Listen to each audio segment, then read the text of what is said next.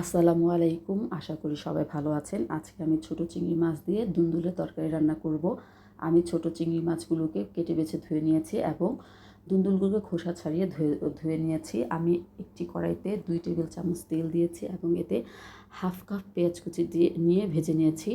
আমি আদা, রসুন এবং জিরা একসাথে ব্লেন্ড করে ফ্রিজে রেখে দিই আমার সুবিধার্থে। তাই আপনারা হাফ চামচ আদা বাটা, হাফ চামচ রসুন বাটা ও হাফ চামচ জিরা বাটা দিবেন। এরপর আমি এর সাথে হাফ চা চামচ হলুদের গুঁড়ো, হাফ চা চামচ ধনিয়া গুঁড়ো, হাফ চা চামচ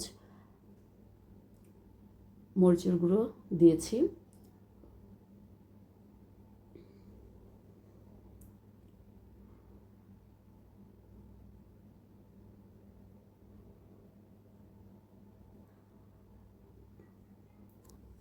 তারপর এগুলোকে আমি কষিয়ে নিয়েছি।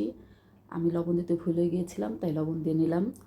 কষানো মশলার সাথে আমি বেছে রাখা চিংড়ি মাছগুলোকে দিয়ে দিয়েছি। চিংড়ি মাছগুলোকে ভালো করে কষিয়ে নিয়েছি। 2-1 মিনিট চিংড়ি মাছগুলো কষিয়ে নেওয়ার পরে আমি কেটে বেছে রাখা দুন্দুলগুলোকে এর সাথে দিয়ে দিলাম।